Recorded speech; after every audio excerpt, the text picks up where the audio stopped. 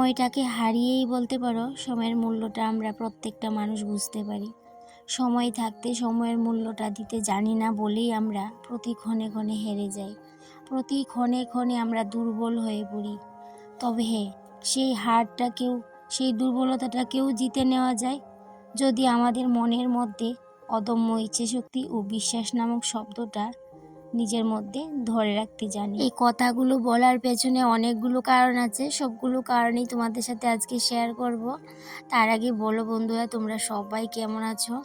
আশা করছি রাধা মাধবের কৃপায় সবাই ভালো আছো।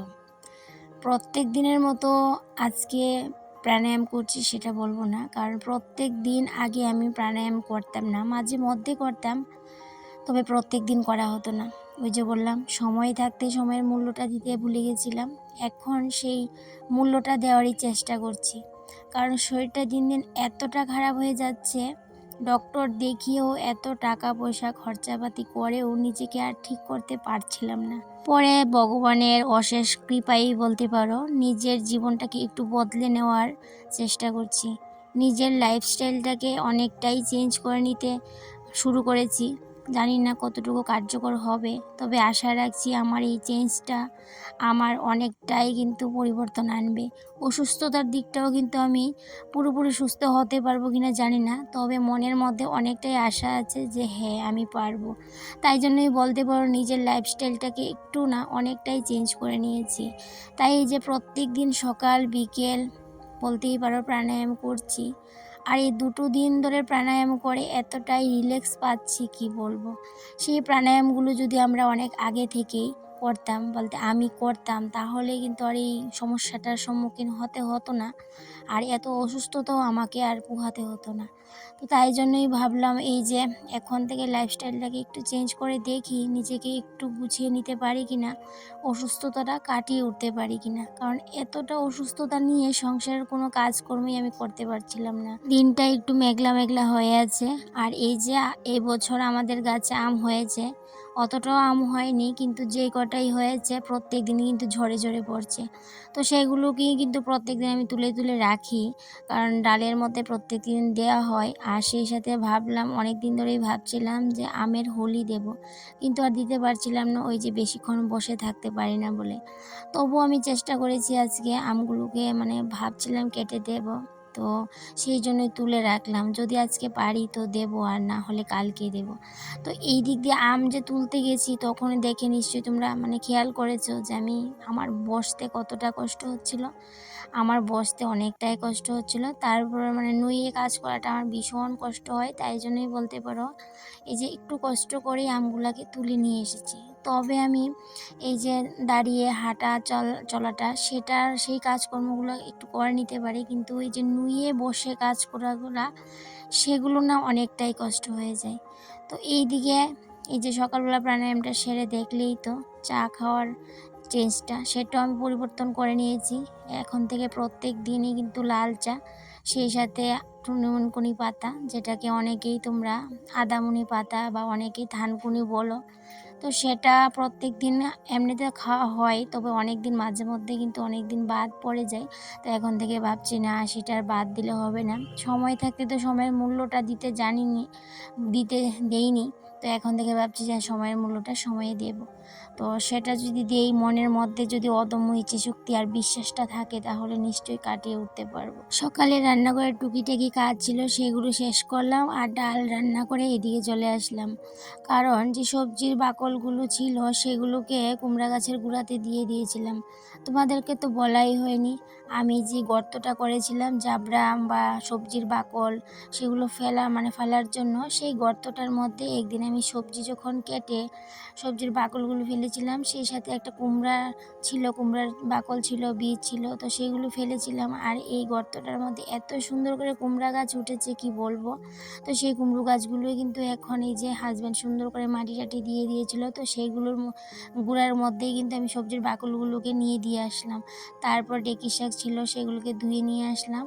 আর এদিকে গাছে 2টো বেগুন ধরেছে ফার্স্ট টাইম, ওই যে বেগুন গাছগুলো লাগিয়েছিলাম 2-3 মাস আগে, তো সেগুলো তোমাদের সাথে একটু শেয়ার করে নিলাম। আর এদিকে রান্না বান্নার যোগাযন্ত্রও হয়ে গেছে, সেগুলো এই যে বসে বসে কিন্তু বলতে পারো অনেকটাই কষ্ট করে সবজিপাতি কেটে নিয়েছি। এই যে ডেকির শাক কেটে নিয়েছি, সাজনা রাতের বেলায় কেটে রেখে দিয়েছিলাম, আর এই যে শিম বীজগুলো কালকেই ভেজে সিদ্ধ করে আমি ফ্রিজে রেখে দিয়েছিলাম। আর এদিকে আম ডাল তো করে নিয়েছিলাম, তারপরও কিছুটা আম ছিল বাটিতে।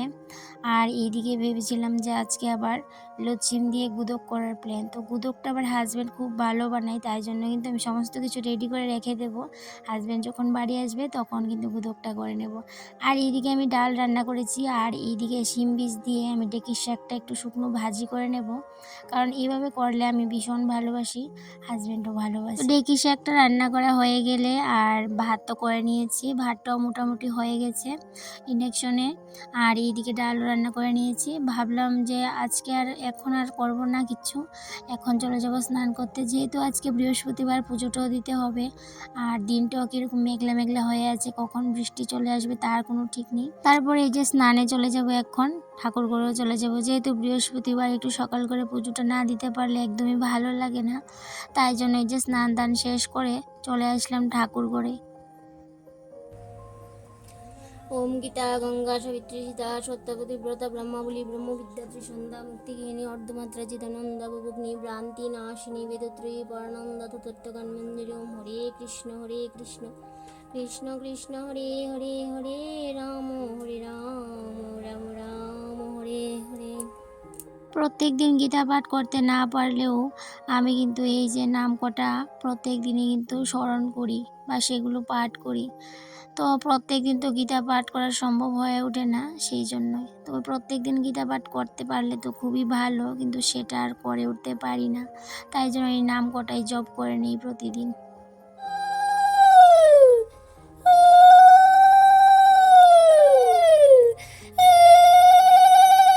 লোক দেখানো পুজো আচ্চা করতে আমি একদমই পারি না, নিজের মতো করে পুজো করতে ভালোবাসি। আমি মনে করি মন থেকে যেরকমভাবেই আমরা পুজো করি না কেন, সবটাই ভগবান কিন্তু গ্রহণ করে। এদিকে আমি নিজের মতো করে পুজোটা কমপ্লিট করে নিলাম। এখন কিন্তু রান্নাঘরে আরও টুকিটাকি কাজ আছে, সেগুলো সারতে হবে। আর এই যে কটা দিন ধরে এতটা অসুস্থতা বোধ করি, সেই জন্য কাজগুলোই বলতে পারো ধীরে সুস্থে আমাকে করতে হয়। যে কাজটা আমি 5 মিনিটে করি সেটা আমাকে 10 মিনিটে করতে হয়। আর এই 2 দিন ধরে প্রাণায়াম করে ভীষণ আরাম পাচ্ছিলাম, তাই জন্য আজকে সাহস করে তোমাদের সাথে ব্লগটা শেয়ার করেই নিলাম। এইদিকে দেখো দুপুরের কাজকর্ম যা ছিল, খাওয়া দাওয়া সমস্ত কিছুই হয়েছে।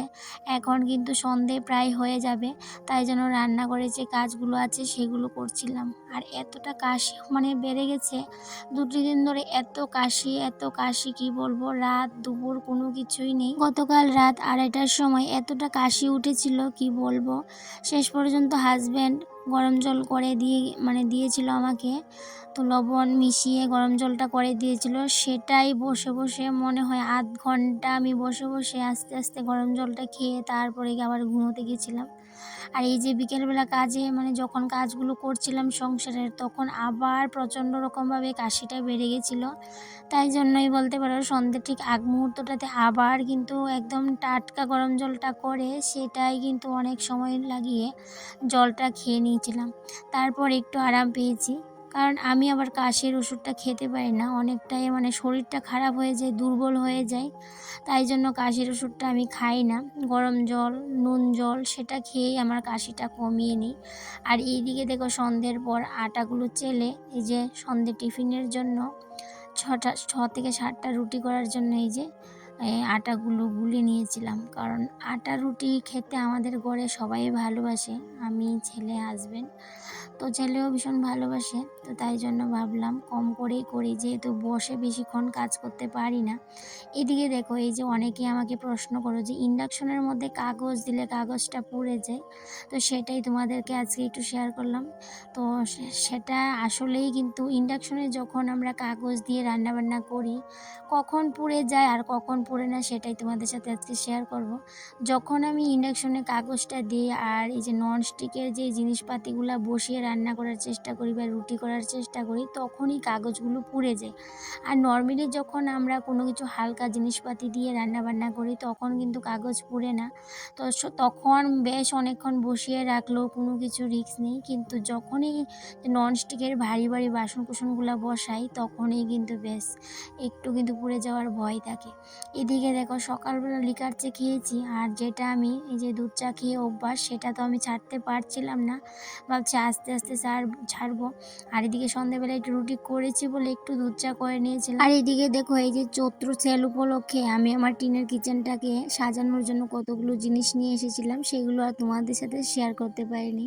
তবে সবগুলো জিনিস একবারে আনিনি, যে ধাপে ধাপে আনা হয়েছিল। তো এখানে আজকে ভাবলাম সবগুলোই তোমাদের সাথে শেয়ার করে নিই। পছন্দের জিনিসগুলো ছোট ছোট হলেও কম দামি হলেও নিজের পছন্দের জিনিস খুব ভীষণ ভালোবেসেই কিন্তু এই জিনিসগুলোকে নিয়ে এসেছিলাম। তো এই বোতলটাও কিন্তু অনেক আগেই নিয়ে এসেছিলাম, আর এই যে এখন দেখতে পাচ্ছ হাতে বোতলটা, সেটা সেদিন মা আমাকে দিয়েছিল। আর এইদিকে আমি গত রবিবারে যখন ডক্টর দেখাতে গিয়েছিলাম মাকে সাথে করে নিয়ে গেছিলাম, আর এই বোতলটা নিয়েছিলাম ছেলের জন্য। তো যেহেতু ছেলে নতুন ক্লাসে উঠেছে আর ওর আগের বোতলটা নষ্ট হয়ে গেছে, সেই জন্য ওর জন্য একটা স্টিলের বোতল নিয়ে এসেছিলাম।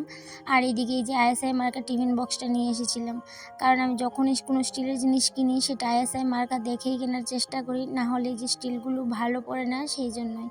আর এদিকে যে কটা জিনিস কিনেছি সেটাই কিন্তু আমি ভীষণ খুশি, কারণ আমার এই ভাঙাচোরা টিনের মডুলার কিচেনের যাই কিছু কেনাকাটা করি না কেন, কম দামি হোক কিংবা দামি সস্তা বা যাই কিছু হোক না কেন, আমি ভীষণ পছন্দ, আমার ভীষণ পছন্দের জিনিসই সবগুলা। তো হতে পারে এগুলো কম দামি, তারপরেও আমার কাছে ভীষণ দামি। আর এই দামি কটা জিনিস দিয়ে নিজের রান্নাঘরটাকে সাজিয়ে তোমাদের সাথে আমি শেয়ার করব।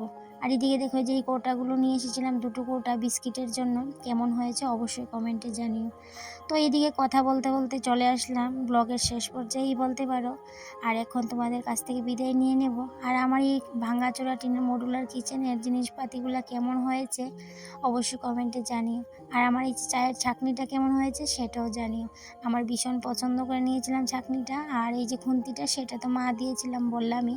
তো সবগুলো জিনিসই আমার ভীষণ পছন্দের জিনিস, ভাবলাম তোমাদের সাথে শেয়ার। তাহলে বন্ধুরা আজকে আসি, এই পর্যন্তই রইল, আবারও দেখা হবে। সবাই ভালো থেকো, সুস্থ থেকো, আর এইভাবে পাশে থেকো।